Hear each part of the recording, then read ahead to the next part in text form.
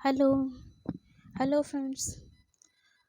हम भारतीय संविधान पढ़ रहे हैं और भारतीय संविधान के तहत जो है आज हम पढ़ेंगे अनुच्छेद 32 और अनुच्छेद 226 में जो है अंतर यानी डिफरेंस देखेंगे कि आर्टिकल 32 और 226 में जो है क्या डिफरेंस है। डिफरेंस पढ़ने से पहले हम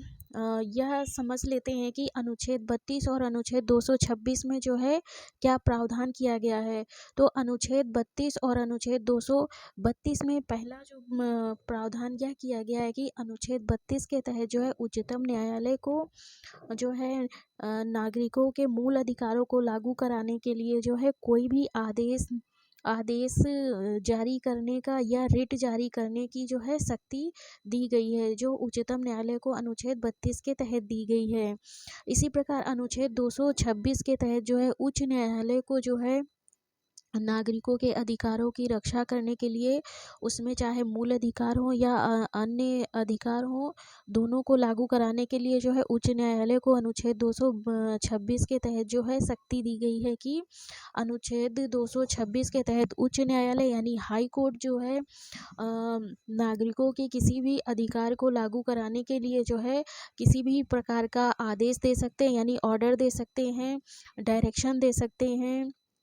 और किसी भी प्रकार की जो है जो 5 प्रकार की रिटें होती हैं, 5 प्रकार की रिटों में से कोई भी रिट जारी कर सकते हैं। और दूसरी इम्पॉर्टेंट बात अनुच्छेद 232 और 226 के तहत यह है कि अनुच्छेद 232 और अनुच्छेद 226 के तहत जो है उच्चतम न्यायालय और उच्च न्यायालय को जो है न्यायिक पुनर्विलोकन की शक्ति जो है प्रदान की गई है या दी गई है। अनुच्छेद 32 के तहत जो है उच्चतम न्यायालय को न्यायिक पुनर्विलोकन यानी जुडिशियल रिव्यू की शक्ति दी गई है और अनुच्छेद 226 के तहत जो है हाई कोर्ट यानी उच्च न्यायालय को जुडिशियल रिव्यू की शक्ति दी गई है। जो जुडिशियल रिव्यू यानी न्यायिक पुनर्विलोकन की शक्ति दी गई है वह अनुच्छेद 13 के तहत जो है अनुच्छेद 13 के तहत जो है केवल 2 न्यायालयों को यानी भारत का उच्चतम न्यायालय और राज्यों के जो उच्च न्यायालय हैं, इन 2 न्यायालयों को जो है न्यायिक पुनर्विलोकन यानी जुडिशियल रिव्यू की शक्ति दी गई है। अब यह समझते हैं कि जुडिशियल रिव्यू होता क्या है। जुडिशियल रिव्यू जो है उच्चतम न्यायालय और उच्च न्यायालय की वह शक्ति है जिसके तहत उच्चतम न्यायालय और उच्च न्यायालय जो है किसी विधानमंडल द्वारा पारित किए गए कानून की संवैधानिकता की जांच करते हैं और संवैधानिकता की जांच करते हैं कि विधानमंडल द्वारा बनाया गया कानून जो है संविधान के अनुरूप है या नहीं। कहीं यह कानून जो है भाग 3 द्वारा दिए गए जो मूल अधिकार हैं, फंडामेंटल राइट है, उनका उल्लंघन तो नहीं करता है या संविधान के किसी प्रावधान का उल्लंघन तो नहीं करता है। तो अगर जो है वह कानून जो विधानमंडल द्वारा बनाया गया है वो मूल अधिकारों का उल्लंघन करता है या संवैधानिक किसी प्रावधान का जो है उल्लंघन करता है, तो अनुच्छेद 232 के तहत जो है उच्चतम न्यायालय अपनी शक्ति का प्रयोग करते हुए जो है उस कानून को असंवैधानिक घोषित कर सकता है। और अनुच्छेद 226 के तहत जो है अनुच्छेद 226 के तहत जो है उच्च न्यायालय जो है उस कानून का जो है रिव्यू कर सकता है यानी जांच सकता है यानी जुडिशियल रिव्यू करता है। इसी को जो है न्यायिक पुनर्विलोकन कहते हैं। तो जो है उच्च न्यायालय 226 के तहत जो है उस कानून को असंवैधानिक घोषित कर सकता है। तो उच्चतम न्यायालय और उच्च न्यायालय को जो यह शक्ति दी गई है अनुच्छेद 13 के तहत कि वह विधानमंडल द्वारा पारित किए गए किसी भी कानून को जो है शून्य घोषित कर सकते हैं यानी वाइड घोषित कर सकते हैं, वह मतलब शून्य घोषित कर सकते हैं। इसी शक्ति को जो है न्यायिक पुनर्विलोकन की शक्ति कहते हैं या जुडिशियल रिव्यू की शक्ति कहते हैं। जो भारत में केवल 2 न्यायालयों को प्रदान की गई है। अनुच्छेद 32 के तहत जो है उच्चतम न्यायालय यानी सुप्रीम कोर्ट ऑफ इंडिया को, और अनुच्छेद 226 के तहत जो है उच्च न्यायालय को जो है जुडिशियल रिव्यू की शक्ति प्रदान की गई है। एक शक्ति अनुच्छेद 32 और अनुच्छेद 226 के तहत जो न्यायालयों की जुडिशियल रिव्यू की हो गई, जिसके तहत जो है वे विधानमंडल द्वारा पारित किसी कानून को जो मूल अधिकारों के उल्लंघन में है या संविधान के किसी प्रावधान का उल्लंघन करता है, उसको वाइड घोषित कर सकते हैं। दूसरी शक्ति अनुच्छेद 32 के तहत और अनुच्छेद 226 के तहत जो न्यायालयों को दी गई, वह यह दी गई है कि वह जो है मूल अधिकारों को लागू कराने के लिए जो है मूल अधिकारों को लागू कराने के लिए जो कोई भी आदेश दे सकते हैं, कोई भी निर्देश दे सकते हैं यानी डायरेक्शन दे सकते हैं, या जो है किसी प्रकार जो 5 प्रकार की रिटें इसमें बताई गई हैं अनुच्छेद 32 और अनुच्छेद 226 में, उन रिटों में से कोई भी रिट जारी कर सकते हैं यदि फंडामेंटल राइट का उल्लंघन होता है और न्यायालय में जो है एप्लीकेशन दी जाती है, तो न्यायालय जो है किसी 5 प्रकारों में से कोई भी रिट जारी कर सकते हैं। रिट जारी करने की जो शक्ति है वो अनुच्छेद 32 के तहत उच्चतम न्यायालय और अनुच्छेद 226 के तहत उच्च न्यायालय को दी गई है। जो है रिट अभी हम पढ़ना है, जो आगे हम पढ़ेंगे। सबसे पहले अनुच्छेद 32 और अनुच्छेद 226 में जो है अब जो है डिफरेंस देखते हैं, क्या क्या डिफरेंस है, किसका जो है टेरिटोरियल जो है ज्यूरिडिक्शन अधिक है और किसका जो है कम है, और किसका जो है विषय वस्तु संबंधी ज्यूरिडिक्शन अधिक है और किसका कम है। इससे जो प्रश्न बनते हैं वो जो है ज़्यादातर कंपटीशन एग्ज़ामों में जो बनते हैं, इंटरव्यू में इसमें से जो है क्वेश्चन पूछे जाते हैं कि अनुच्छेद 32 और दो जो उच्चतम न्यायालय की शक्ति है और अनुच्छेद 226 जो उच्च न्यायालयों की शक्ति दी गई है रिट जारी करने की, दोनों में से किसका जो है किसको जो है ज़्यादा, मतलब कि विषय वस्तु संबंधी जो क्षेत्राधिकार किसके पास ज़्यादा है। तो इसमें जो विषय वस्तु संबंधी क्षेत्राधिकार है वह जो है उच्च न्यायालय के पास ज़्यादा है, क्योंकि अनुच्छेद 32 के तहत जो है उच्चतम न्यायालय जो रिट जारी करता है या जो रिट जारी करने की शक्ति दी गई, वह केवल और केवल मूल अधिकारों के लिए दी गई है। केवल मूल अधिकारों को लागू कराने के लिए जो है उच्चतम न्यायालय रिट जारी कर सकता है अनुच्छेद 32 के तहत। लेकिन अनुच्छेद 226 के तहत जो उच्च न्यायालय जो है रिट जारी करता है, वो मूल अधिकारों के लिए भी जारी कर सकता है और जो है अन्य उद्देश्य के लिए भी जारी कर सकता है। अन्य उद्देश्य मतलब किसी और अधिकार को लागू कराने के लिए भी जो है उच्च न्यायालय रिट जारी कर सकता है। अब इसमें कम से कम 6-7 डिफरेंस देखते हैं कि अनुच्छेद 32 और अनुच्छेद 226 में क्या डिफरेंस है। तो इसमें जो पहला डिफरेंस तो यही देख सकते हैं कि अनुच्छेद 32 के तहत जो है उच्चतम न्यायालय को रिट जारी करने का प्राधिकार दिया गया है, और अनुच्छेद 226 के तहत जो है उच्च न्यायालय को रिट जारी करने की अधिकारिता दी गई है या रिट ज्यूरिडिक्शन दिया गया है। दूसरा डिफरेंस ये है कि अनुच्छेद 32 जो है एक संवैधानिक अधिकार के साथ ही साथ मूल अधिकार भी है। अनुच्छेद 32 जो है एक संवैधानिक अधिकार तो है ही, साथ ही साथ एक मूल अधिकार भी है, क्योंकि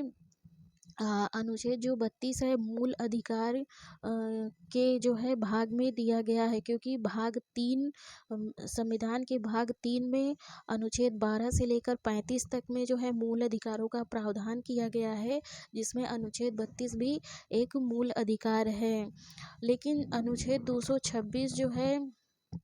अनुच्छेद 226 जो है केवल एक संवैधानिक अधिकार है। अनुच्छेद 226 यह मूल अधिकार नहीं है। अनुच्छेद 32 जो है मूल अधिकारों में रखे जाने के कारण जो है न्यायालय में जाने का जो है अधिकार जो है इसमें गारंटीड किया गया है या प्रत्याभूत किया गया है। तो इसमें क्या होता है कि अगर इमरजेंसी लगी है, देश में जो है नेशनल इमरजेंसी लगी है, तो अनुच्छेद 32 के तहत जो है कोर्ट जाने का जो अधिकार होता है उसको जो है सस्पेंड नहीं किया जा सकता है। यानी कि अनुच्छेद 32 जो है कोर्ट जाने का अधिकार जो है अनुच्छेद 32 के तहत वह इमरजेंसी के दौरान भी जो है बना रहेगा। इसको जो है निलंबित नहीं किया जा सकता है। लेकिन अनुच्छेद 226 के तहत जो है हाई कोर्ट जाने का जो अधिकार है उसको जो है इमरजेंसी के दौरान जो है निलंबित किया जा सकता है,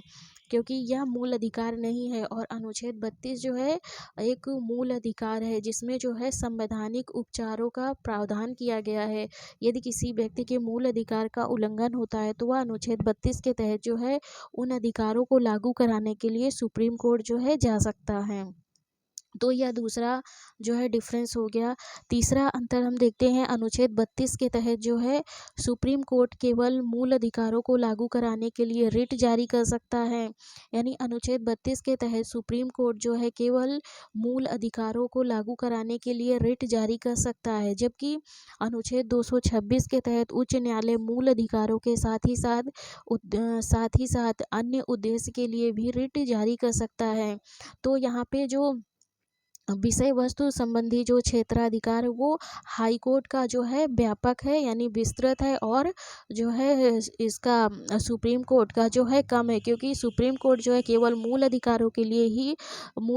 को ही लागू कराने के लिए या प्रवर्तित कराने के लिए या इन्फोर्स कराने के लिए रिट जारी कर सकता है। लेकिन अनुच्छेद जो 226 के तहत जो है उच्च न्यायालय जो है अन्य उद्देश्य के लिए भी रिट जारी कर सकता है। अनुच्छेद अ, ये तीसरा अंतर हो गया। देखते हैं चौथा अंतर। अनुच्छेद 32 के तहत सुप्रीम कोर्ट की विषय वस्तु संबंधी अधिकारिता सीमित है। विषय वस्तु संबंधी अधिकारिता सीमित है, इसका मतलब है कि अनुच्छेद 32 के तहत जो है सुप्रीम कोर्ट केवल फंडामेंटल राइट के लिए ही जो है लागू कराने के लिए ही जो है रिट जारी कर सकता है। तो अनुच्छेद 32 के तहत सुप्रीम कोर्ट का जो क्षेत्राधिकार सीमित विषय वस्तु संबंधी जो अधिकारिता है वह सीमित है। लेकिन अनुच्छेद 226 के तहत उच्च न्यायालय की विषय वस्तु संबंधी अधिकारिता व्यापक है, क्योंकि उच्च न्यायालय जो है मूल अधिकारों के साथ ही साथ अन्य अधिकारों को लागू कराने के लिए या अन्य उद्देश्यों के लिए भी जो है रिट जारी कर सकता है। तो यह चौथा अंतर हो गया। पांचवा अंतर हम देखते हैं। यदि मूल अधिकार का उल्लंघन हुआ है तो सुप्रीम कोर्ट रिट जारी करने के लिए बाध्य है। सुप्रीम कोर्ट का विवेकाधिकार नहीं है। यदि पांचवें डिफरेंस में यह बताया गया है कि यदि मूल अधिकार का उल्लंघन हुआ है और सुप्रीम कोर्ट में जो है एप्लीकेशन दी जाती है और यह जो है दिखाया जाता है या साबित कर दिया जाता है कि मूल अधिकारों का जो है उल्लंघन हुआ है, तो उच्चतम न्यायालय जो है सुप्रीम कोर्ट रिट जारी करने के लिए बाध्य है। सुप्रीम कोर्ट का इसमें विवेकाधिकार नहीं है, यानी डिस्क्रिशन नहीं है कि वह रिट नहीं जारी करे या ना करे, बल्कि जो है सुप्रीम कोर्ट जो है रिट जारी करने के लिए बाध्य है, क्योंकि अनुच्छेद 32 के तहत जो है मूल अधिकारों के उल्लंघन पर न्यायालय में जाने का जो अधिकार है उसको जो है प्रत्याभूत किया गया, यानी गारंटेड किया गया है। गारंटी दी गई है कि यदि आपके मूल अधिकारों का उल्लंघन होता है तो आप सुप्रीम कोर्ट में जाकर जो है उसको जो है लागू करवा सकते हैं। जबकि जो उच्च न्यायालय है वह अनुच्छेद 226 के तहत रिट जारी करने के लिए बाध्य नहीं है। उच्च न्यायालय का विवेकाधिकार है। और यहाँ पे 226 के तहत जो है आर्टिकल 226 के तहत उच्च न्यायालय जो है रिट जारी करने के लिए बाध्य नहीं है, बल्कि उच्च न्यायालय यानी हाई कोर्ट का जो है विवेकाधिकार है, चाहे तो रिट जारी करे या ना करें। तो यह अनुच्छेद 32 और 226 में जो है पांचवा अंतर हो गया। छठवां अंतर हम देखते हैं। छठवां जो अंतर है वह है अनुच्छेद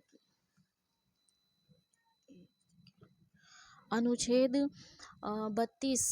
अनुच्छेद 32 के तहत सुप्रीम कोर्ट का जो क्षेत्रीय विस्तार व्यापक है। यानी अनुच्छेद 32 के तहत सुप्रीम कोर्ट का जो क्षेत्रीय विस्तार मतलब टेरिटोरियल ज्यूरिडिक्शन है वह व्यापक है, क्योंकि सुप्रीम कोर्ट जो है पूरे भारत के लिए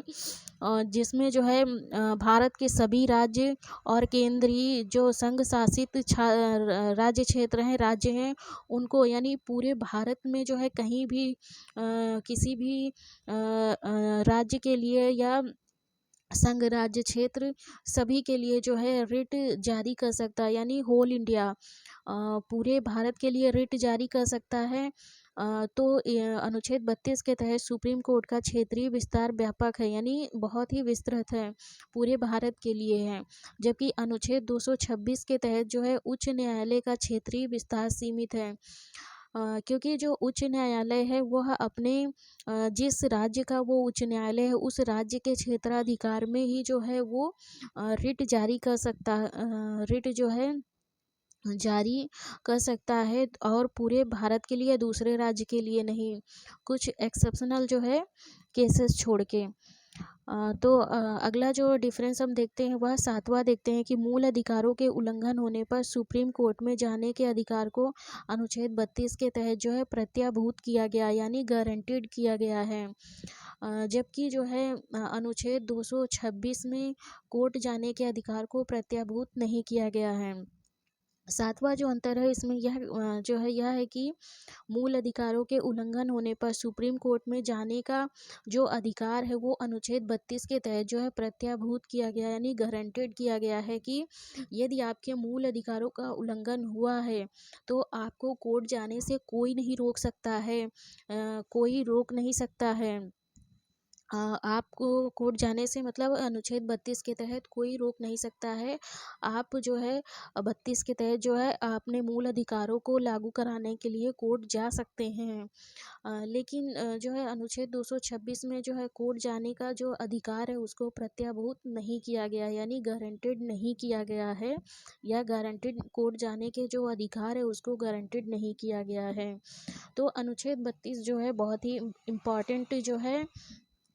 अनुच्छेद है हाँ, सुप्रीम कोर्ट के लिए जो है सुप्रीम कोर्ट के लिए, जिसमें जो है उच्चतम न्यायालय को जो है रिट जारी करने की शक्ति दी गई है, और अनुच्छेद 32 के तहत ही जो है उच्चतम न्यायालय जो है अपनी न्यायिक पुनर्विलोकन शक्ति का जो है प्रयोग करता है, न्यायिक पुनर्विलोकन की शक्ति का प्रयोग करता है। तो यहाँ पे जो हाई कोर्ट और जो सुप्रीम कोर्ट की जो जुडिशियल रिव्यू की शक्ति यानी न्यायिक पुनर्विलोकन की शक्ति है, इस शक्ति को जो है संविधान का जो है आधारभूत ढांचा माना गया है, जिसको जो है संविधान में जो है अनुच्छेद 368 के तहत जो है संशोधन करके जो है कम नहीं किया जा सकता है, कम नहीं किया जा सकता है। तो इस प्रकार जो है 7 डिफरेंस जो है अनुच्छेद 32 और अनुच्छेद 226 में जो है 26 में जो है समझे हैं, और जो है